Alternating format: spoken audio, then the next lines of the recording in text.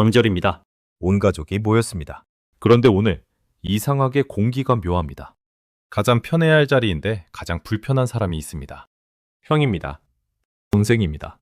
같은 집에서 자라고 같은 밥을 먹고 같은 부모 밑에서 자란 사람입니다. 이 세상에서 가장 오래 알고 있는 사람인데 지금은 남보다 더 어색합니다. 요즘 어때? 그냥 바쁘지 뭐. 그리고 대화가 끊깁니다. 더 이어갈 말이 없습니다. 눈을 마주치는 것도 어색하고 괜히 물만 한 번 더 마십니다. 이상하지 않습니까? 친구랑은 3시간도 떠들 수 있는데 형제랑은 3분이 버겁습니다. 그리고 더 불편한 사실 하나. 당신도 점점 그쪽으로 가고 있습니다. 연락해야 할 것 같아서 번호를 띄워놓고 결국 누르지 않았던 순간. 보고 싶은 게 아니라 안 하면 이상할 것 같아서 고민했던 순간. 이런 경험 한 번쯤은 있었을 겁니다. 많은 사람들이 이걸 이렇게 넘깁니다. 다들 바쁘니까 그렇지. 나이 들면 원래 이래. 아닙니다. 이건 단순히 바빠서가 아닙니다. 관계가 식어서도 아닙니다. 당신이 차가워져서도 아닙니다. 이미 관계의 구조가 바뀌고 있는 겁니다. 우리는 형제 관계를 이렇게 믿고 살아왔습니다. 가족은 원래 편해야 한다. 형제는 평생 가까운 사람이다. 그런데 현실은 정반대로 흘러갑니다. 형제는 시간이 지나면 자연스럽게 멀어지는 방향으로 움직입니다. 이걸 모르면 사람들은 계속 스스로를 탓합니다. 내가 너무 무심한가? 왜 나는 형제랑 있으면 편하지 않을까? 하지만 이건 성격 문제가 아닙니다. 뇌는 에너지를 아끼기 위해 불편한 관계부터 먼저 정리하도록 설계되어 있습니다. 그래서 억지로 가까워지려고 할수록 오히려 더 어색해지고 더 피곤해집니다. 지금 당신이 느끼는 거리감은 문제가 아니라 이미 시작된 변화의 신호입니다. 그럼 질문 하나 드리겠습니다. 왜 우리는 어릴 때는 그렇게 가까웠던 형제와 나이가 들수록 점점 대화가 어려워질까요? 왜 가장 오래 알고 있는 사람이 가장 어색한 사람이 되어버릴까요? 이건 감정의 문제가 아닙니다. 이미 바뀌어버린 관계 구조의 문제입니다. 오늘 이 영상에서는 형제 관계가 멀어지는 진짜 이유 5가지를 감정이 아니라 심리 구조로 정확하게 해부해드리겠습니다. 그리고 이걸 끝까지 보면 지금까지 당신을 괴롭혀왔던 그 생각, 내가 이상한가? 이 질문에서 벗어나게 될 겁니다. 사람의 관계를 감정이 아니라 구조로 이해하고 싶다면 지금 사람연구소를 구독해두세요. 당신이 겪고 있는 인간관계의 문제, 그 원인을 끝까지 풀어드립니다. 이제부터 진짜 이야기를 시작합니다. 왜 형제는 나이 들수록 멀어질 수밖에 없는가? 첫 번째 이유부터 바로 짚고 가겠습니다. 많은 사람들이 형제 관계가 멀어지는 이유를 연락을 안 해서 바빠서 라고 생각합니다. 그런데 이건 결과입니다. 원인은 따로 있습니다. 같이 살던 구조가 끊어졌기 때문입니다. 우리는 감정으로 가까워지는 게 아닙니다. 같이 살아본 시간으로 가까워집니다. 어린 시절을 떠올려 보면 이해가 됩니다. 같은 집, 같은 부모, 같은 시간표. 아침에 일어나 같은 밥을 먹고 같은 공간에서 하루를 보냈습니다. 이때 형제는 관계가 아니라 환경입니다. 굳이 노력하지 않아도 가까울 수밖에 없습니다. 그런데 성인이 되는 순간 이 구조가 완전히 끊깁니다. 형은 회사에 가고 동생은 다른 일을 합니다. 한쪽은 서울, 한쪽은 집 앞. 생활 패턴, 스트레스, 고민의 종류까지 전부 달라집니다. 이제는 같은 하루를 살지 않습니다. 여기서 변화가 시작됩니다. 뇌는 더 이상 그 사람을 일상의 일부로 인식하지 않습니다. 그냥 가끔 만나는 사람이 됩니다. 그러면 자연스럽게 이런 일이 생깁니다. 할 말이 없어집니다. 감정이 없는 게 아닙니다. 공통된 맥락이 사라진 겁니다. 그래서 대화가 얕아집니다. 요즘 뭐해? 일은 어때? 같은 말만 반복됩니다. 많은 사람들이 여기서 오해합니다. 우리가 원래 안 맞았나?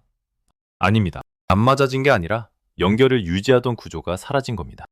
그리고 더 중요한 포인트가 있습니다. 인간의 뇌는 노력해야 유지되는 관계를 오래 버티지 못합니다.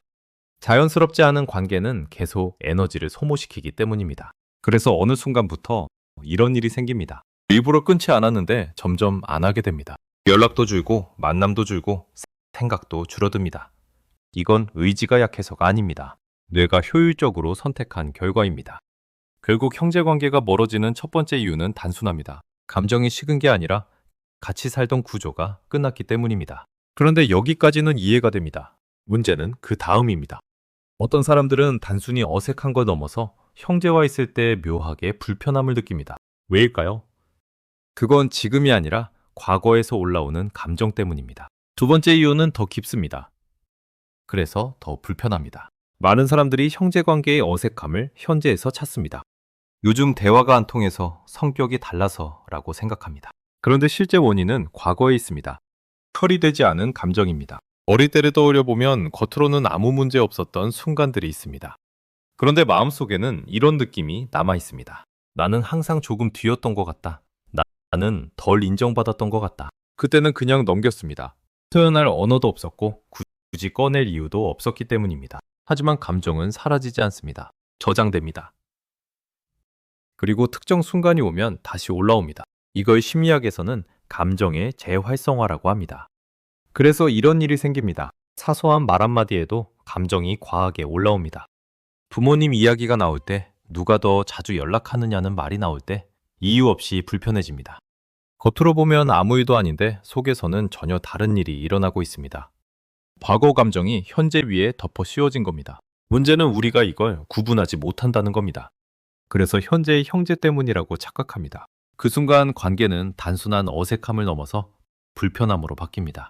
말은 더 조심하게 되고 괜히 거리를 두게 됩니다. 많은 사람들이 여기서 스스로를 의심합니다. 내가 속이 좁은 건가? 왜 나는 아직도 이런 걸 신경 쓰지? 아닙니다. 해결되지 않은 감정이 남아있기 때문입니다. 인간은 본능적으로 공정성에 민감합니다. 특히 형제 관계는 비교와 경쟁이 가장 강하게 작동했던 환경입니다. 그 감정은 성인이 되어도 사라지지 않습니다. 오히려 더 선명해집니다. 결국 지금 형제 관계에서 느끼는 불편함은 현재의 문제가 아닐 가능성이 큽니다. 과거가 아직 끝나지 않은 상태입니다. 그런데 여기서 많은 사람들이 잘못된 선택을 합니다. 관계를 더 붙잡으려고 합니다. 가족이니까, 형제니까 계속 유지해야 한다고 생각합니다. 하지만 바로 그 순간 관계는 더 빠르게 지치기 시작합니다. 이유는 단순합니다. 관계가 의무가 되기 때문입니다. 이제 세 번째 이유로 넘어가겠습니다. 세 번째 이유는 훨씬 단순합니다. 그런데 가장 강력합니다. 관계가 의무가 되는 순간 뇌는 그 관계를 필요로 인식합니다. 한번 솔직하게 떠올려 보겠습니다. 형제에게 연락할 때 정말 보고 싶어서 하는 경우가 얼마나 될까요? 대부분은 이겁니다. 안 하면 좀 이상한데? 부모님이 물어보실 것 같은데? 명절이니까 해야지. 이건 감정이 아니라 압박입니다. 뇌는 이걸 정확하게 구분합니다. 만나고 나면 편해지는 관계, 만나고 나면 괜히 지치는 관계, 그리고 생존을 위해 후자를 점점 줄이기 시작합니다. 그래서 이런 일이 생깁니다. 일부러 피하지 않아도 점점 멀어집니다. 연락이 줄고 만남이 줄고 생각에서 멀어집니다. 이건 냉정해진 게 아닙니다. 뇌가 스스로를 보호하는 방식입니다. 특히 30대 이후부터는 더 뚜렷해집니다. 1. 배우자, 자녀, 건강까지 동시에 관리해야 하기 때문에 모든 관계를 유지할 에너지가 없습니다. 그래서 선택이 시작됩니다. 문제는 형제 관계가 이 과정에서 애매한 위치에 있다는 겁니다. 끊을 수도 없고 그렇다고 편하지도 않습니다. 그래서 대부분 의무로 유지됩니다.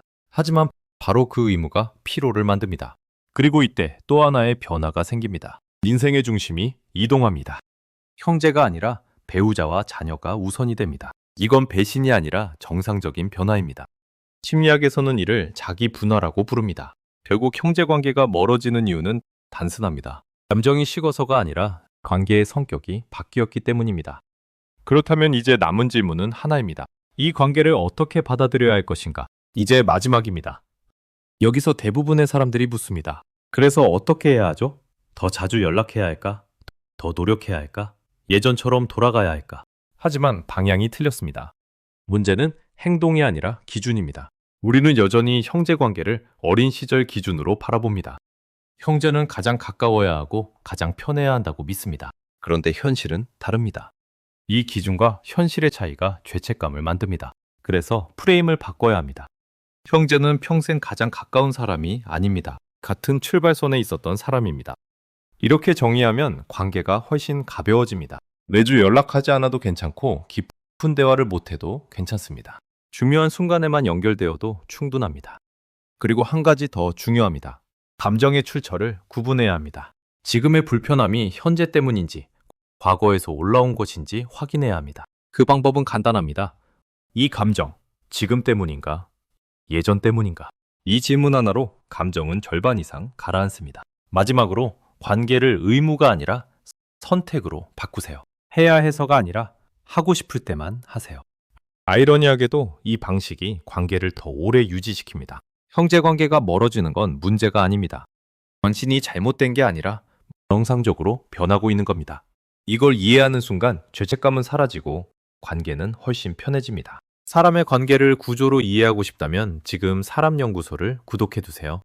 당신이 겪는 인간관계의 문제 끝까지 해부해드리겠습니다. 감사합니다.